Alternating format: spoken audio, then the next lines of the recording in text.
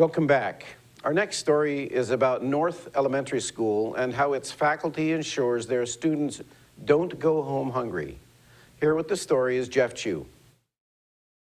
One of the tragedies of poverty is hunger, and a program at North Elementary School in the often needy Larson community is trying to keep students fed. The Northwest Harvest 3 Squares Backpack program is doing just that. The effort sends students home on weekends and extended holiday periods with backpacks full of food. Before the project began, the harsh reality touched North Elementary School principal Sydney Richens. It just kind of hit me one day when it was we were about to leave for winter break, and I realized, what are our kids going to do without their regular breakfast and lunch? And I was just kind of brainstorming actually with Tim Cloyd from Serve Moses Lake, and I just thought, we can do this. Richens shared a statistic that reveals just how much of a need there is in the community.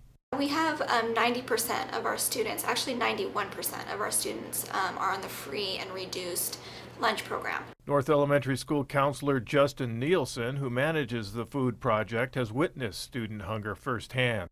He sees the conditions that families live in and identifies their needs. It's there. There's definitely kids who could possibly be missing meals. It gave birth to the program supported by volunteers with North Elementary's Parent-Teacher Association.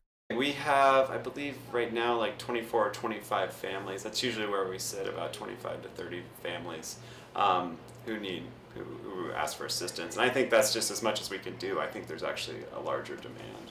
The program has grown in its second year. Food and warm clothes for needy kids is stored in the Compassion Room, as it is fondly called. A fresh shipment of food boxes from Northwest Harvest, which supplies Grant County's food banks, was dropped off this week. We have a wonderful community that is always willing to give, and I think when I was able to give some very specific ideas of how they can help, it was just amazing, the outpour. So we got winter break taken care of, and the next was spring break, and we had volunteers come through the community, and it was just amazing. Anonymous money donations come into the program, as well as grants from businesses such as Walmart. Parent-Teacher Association Vice President Marissa Peterson is one of the volunteers who prepare backpacks to send home with students. She described the typical family in need and said it has been a humbling experience for her and her children.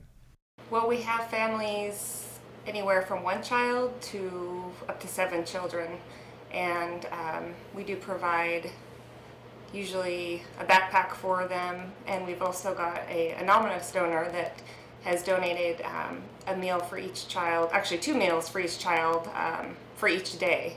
So actually last weekend we had to send those home in boxes because it was too much for the backpacks. So. I'm Jeff Chu for iFIBER 1 News.